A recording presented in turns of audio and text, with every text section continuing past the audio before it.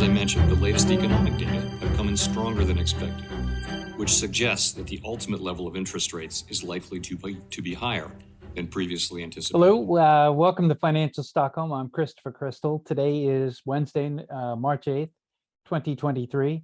And these are my thoughts about what we're seeing in the Swedish market, the Scandinavian markets in general, and what you can use to have a discussion with your investment advisor on maybe your investment strategy, what you'd want to look at.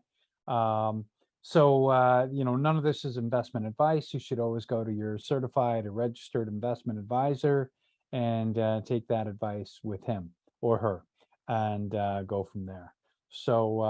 But what we're seeing in Sweden is this is a classic first week of March. We've got a lot of snow. Stockholm shut down. It's spinning its wheels or just shutting down the traffic. So you have no communal transport. Really, I mean, the buses are shut. You have a lot of problems with trains, above ground trains.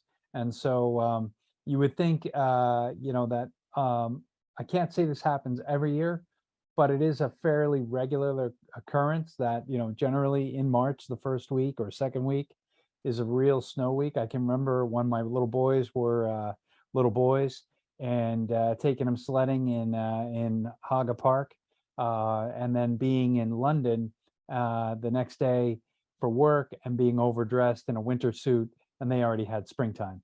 The same thing would happen in Frankfurt. So we should be fairly used to the idea of a snowy March. And I also remember that the first week of March is when they shut down the outdoor ice rinks, and you still had cold enough to keep the ice going in the Stockholm area even. So it never made sense to me that they were already shutting down the rinks.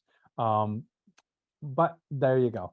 So they're not really ready for it. Even though we had the big cross-country ski week or weekend, and but I think Friday is going to be the main focus, and to make it even a little more kind of exaggerated, the north of Sweden right now is experiencing -30 centigrade, and we're looking at some very, very cold temperatures and possibly some very expensive electricity costs. So look at the Bureau of Labor Statistics, the BLS, the Fred, so that's the St. Louis, Federal Exchange. You can look at the Census Bureau. You can also look at the German CPI numbers. So you can go to the EU, and using all of these figures from these different government agencies as guideposts to get a clearer understanding of the economic numbers that are coming in. But in general, the key figure is going to be the labor participation rate, if it's at 62.4, which it probably is. And then if you're, looking for an increase to go up to say 63% labor participation, or maybe 64, how many jobs that would mean in the United States. And why you'd look at the United States is as the main driver. Although Europe is doing more trade or was doing more trade with China than the United States, the economies are interlocked. So while Sweden, we do the majority of our trade with the EU, we do have after that the United States as a large partner. So you do want to see that the US is growing and growing well enough because we're all affected by that. That's the difficulty here is that the rates will probably be much higher, or at least higher than people are anticipating. You're starting to see chief economists come around and saying 6% in Sweden in the summertime. And you're starting to see the major banks talk about the US interest rates at 6% as well. And since we're all interlocked, and then you see Europe talking about higher rates and going at 50 basis point hikes or more, you have the issue of inflation. And so the energy cost for your generation of electricity has been significant. It's been a key component to this inflation. And then the energy cost, of course, factoring in on your shipping, factoring in on your development of goods. To produce vegetables, food using fertilizer, and you get the nitrogen, you get the sulfate from the gas, the natural gas, the methane. So this is Less of that use means a higher percentage price increase on your food. And we've seen that here in Sweden. We've seen it in Europe. You've seen it in the United States. So these figures will play a key factor. And so while you've had economists raising interest rate expectations, the best thing that the people could hear would be a worse prognosis than anticipated or than reality. Because right now people are really, really holding on. The Swedish economy, we had our finance minister coming out giving a discussion how bad the economy was, what looks to happen in Sweden as a result of the bad economy. And so this, it's really going to hurt the economy coming soon with the interest rates. And that's why I say, by June, I think in Sweden we'll probably be very close to a 6% rate for the household lenders. I think in the United States you'll be close to that as well. And you may be going higher on both. We'll see what happens with Europe. Germany is a very, very hard hit country right now because of what they've done on energy, and how they've relied so much on coal, how they've made more coal investments than they have made on green. And if they would have just been investing in nuclear, they would have been okay for the next 10 years. And it makes no sense. So remember, one of the best ways out of inflation is to create jobs. And by growing your economy, you will do that. And then if you're looking to defeat Russia in this war, one of the best things you could do would have been go back to the North Sea and turn on the gas. Go back to the United States and ask them to negotiate more oil, and then flood the market so you'd be dropping the price of gas and oil for Russia, and their war chest would not be building up. But our governments don't want to do that. And you have to remember, these are people who've gone to school for years to study economic theory. So for them to misunderstand how the sanctions work, it's not a mistake. It's either pure stupidity, and I cannot believe that looking at the schools these people have gone to, or it's intentional. And so you have to look at it from this point. And then, speaking of the war with Ukraine, if you listen to Jeffrey Sachs, the Columbia professor, he's been pointing out that the world is going against the West on this. You have a lot of people. So GDP wise right now, the West is lined up against Russia. Okay. This is slowly shifting where it's increasing that the GDP is going against the West. And that also means the population. The population, looking at the countries that are against the war or against the West, it looks like the population is already there against the West. But you're seeing more and more changing over on an official basis on the government side. So, what's happening in Ukraine? It looks very clear that Bakhmut is taken over by the Russians. Looks like the Russians have paid a high price. It's very hard to tell with the propaganda coming out from the Russians, propaganda coming out from the Ukrainians, which side is which. And by which side is which, I mean which side is winning and which figures to trust. So, the Ukraine are asking for the MK-20s, and that has 200, explosive heads inside of the bomb. So that's effectively a cluster ammunition. Nobody's saying anything about that. Has not been used, but they're being armed. And then you have the Wagner Group, which recruited criminals out of their prison system in Russia, and that was for 40,000 people. So I think a lot of these losses in life are the Wagner Group. And I don't think that that's acceptable either, to just kill people. And then you've seen these executions of Ukrainian soldiers, and Russian soldiers. What's clear is that there is a severe loss of life, and that's terrible. We're no closer to the negotiation tables. We're further away than we were, I think. The PMC Wagner Group is taking, I think, a lot of the casualties, and then as well, you had the Wagner Group head, his mom, won in EU courts this week regarding sanctions. It actually happened today. So, there's a lot of different news coming out, and it's just an awful situation. And the impact on the European economy is really terrible. So, across the board, this is a terrible thing. And so, when you look at the Swedish news, what are they producing?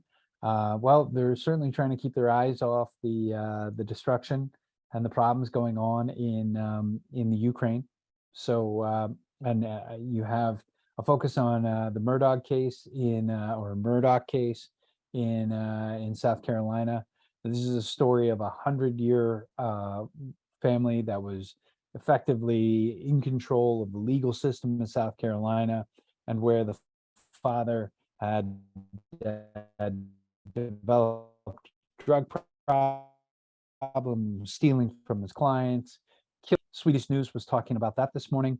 Don't know why. We have enough going on here that we could talk about, but that was entertaining TV that they want to focus on. It's all in English, by the way. It's not in Swedish. Good for you if you're listening to me. You could watch it, I guess, on the HBO series. And then you have you're finally starting to see now Sweden talking about the Nord Stream 2 and Nord Stream 1 explosions. And remember, Cy Hirsch came out, I think 3-4 weeks ago, to discuss what had happened in Nord Stream, or in the Baltic Sea with Nord Stream, and was saying that it was US and Norway. Now there is a story from the New York Times. Cy Hirsch used to work there, but he no longer does. And now the New York Times is saying it's a Polish boat with Ukrainian people who are part of the group that blew up the pipelines. And that's an interesting proposal, so to speak. But I don't know. I mean, really, the Baltop 22 during the summertime would make much more sense. You have the use of the military from several different militaries could have been used, and they were all NATO. And then blowing it up with a drone, or blowing it up with a radio controlled device from the surface, or an undersea drone, which would have triggered it, would be easier. But we'll see what happens. And you're getting German press and you're getting Swedish press now reporting it. And I think the way to interpret this is that this is actually very bad news, because this is going to trigger the Russians to demand a fiscal payment for the destruction of the pipelines, and to say that they're going to enact sanctions, and maybe China would enact sanctions. So we'll see what happens. But the war is getting really worse. And then just relating to Sweden, TikTok, which was banned by the EU from its devices at the end of February, is apparently still being used by Swedish politicians. So we've had some discussions between Sweden and China has warned Sweden about how to behave. But Ulf Kristersson apparently, and Elizabeth Svantesson apparently are still using TikTok, and several other members. So this is an interesting development, and it's in a Swedish podcast, so you have to speak Swedish to understand it. But it's an interesting discussion that they say. Now, remember, Europe is using Google, and Google was developed with, I think, DARPA, and Twitter, all these stories are. So when Twitter had all these FBI members and CIA members and, children of government officials working for them, it's no coincidence. And it's not, they're not the only company doing this. So Facebook has a number of CIA people working for them in some of these same roles about truth and verification of information departments, whatever it is. So you've had this with Twitter, you've had it with Instagram, you've had it with Facebook. You're seeing it there, and you have it with Meta. You even had it with YouTube. Sergey Brin's wife, her sister was the head of YouTube, and if you look into what they've been doing, you'll find that very interesting. So TikTok's bad, but Google's good. And you have the GDPR fines and so forth, and the rules, but that's one of the things that they're focused on. And I think probably something else that's of interest and could be a positive is for Novo Nordisk, our Danish, They make a lot of insulin, and they also make another drug called Ozempic, and it runs by several different names. One of them is like beginning with the WEX, and another one, so they have several different brand names that they operate under. But in Germany, or not in Germany, but in the UK, they're actually prescribing it off the shelf, or not off the shelf, off, like you can't get enough of it. So Ozempic helps you lose weight. It has to do with blocking your insulin. I don't know the full details. You can read about it. You can talk to your doctor, whatever. If you know somebody who's a pharmaceutical sales rep, you could probably talk to them. But the key is Ozempic is, getting high sales. So maybe Novo Nordisk might beat their sales figures. I don't know. You can talk to your investment advisor about that. And then to move to kind of, again, something that's of no importance, but Sweden's writing about. You have the left parties burning the Swedish flag, and you have the right very upset about this because this is a part of Swedish culture. Why would you burn the flag? And this is a complete flip-flop from when you had this individual coming from Denmark. He's half Swedish, half Danish, and he burned the Koran. And people said, well, hey, this is freedom, and you have to accept that this is freedom of speech. But at the same time, it's also burning somebody's heritage and culture. So, it's kind of like, which way do you want it? What do you want to have? And that's very, very similar. Today, we had a discussion from the government about healthcare and the quality of care, and that everybody should get equal amount of care, no matter who they are. But then you have the right saying, well, hey, we're tired of accepting these people who just want to come here for our healthcare and our benefits. They need to come here and work first. And then on top of that, you want to they want to shut down the border from these people, but at the same time, they want to support the royalty. And if you think about the royalty is effectively an immigrant family. They've been an immigrant family for something like 300 years. Originally, they were French, and then they've married in other parts of Europe. They were related to the British royalty. So again, you have this, marrying in. You have them related to the Danish royalty. You have them related to the German royalty. And in fact, the queen, the king's wife, she was born in Brazil, but she has a lot of really. I mean, she's 100% German heritage, I think, and comes to Brazil by way of Germany. So the irony is, here you have this immigrant family, which gets full benefit of our tax dollars. And this is a family that the right and the left, they pretty much equally support. So we'll leave you with that fun thought for the day. And hopefully you're having a good one. And remember, you can always make money in the market, whether it's long or short. Whether your positions are going up or down, you can go long, you can go short, you can be short term, you can be long term, you can invest in options, and really just to subscribe to the channel and give us a thumbs up, and of course to spread the word, and we hope you're doing well, and we're going to wish you a great day, and thank you for your time. But remember to check Substack for the link, and then you can get everything, all the written notes and everything else. Thanks very much. Bye-bye.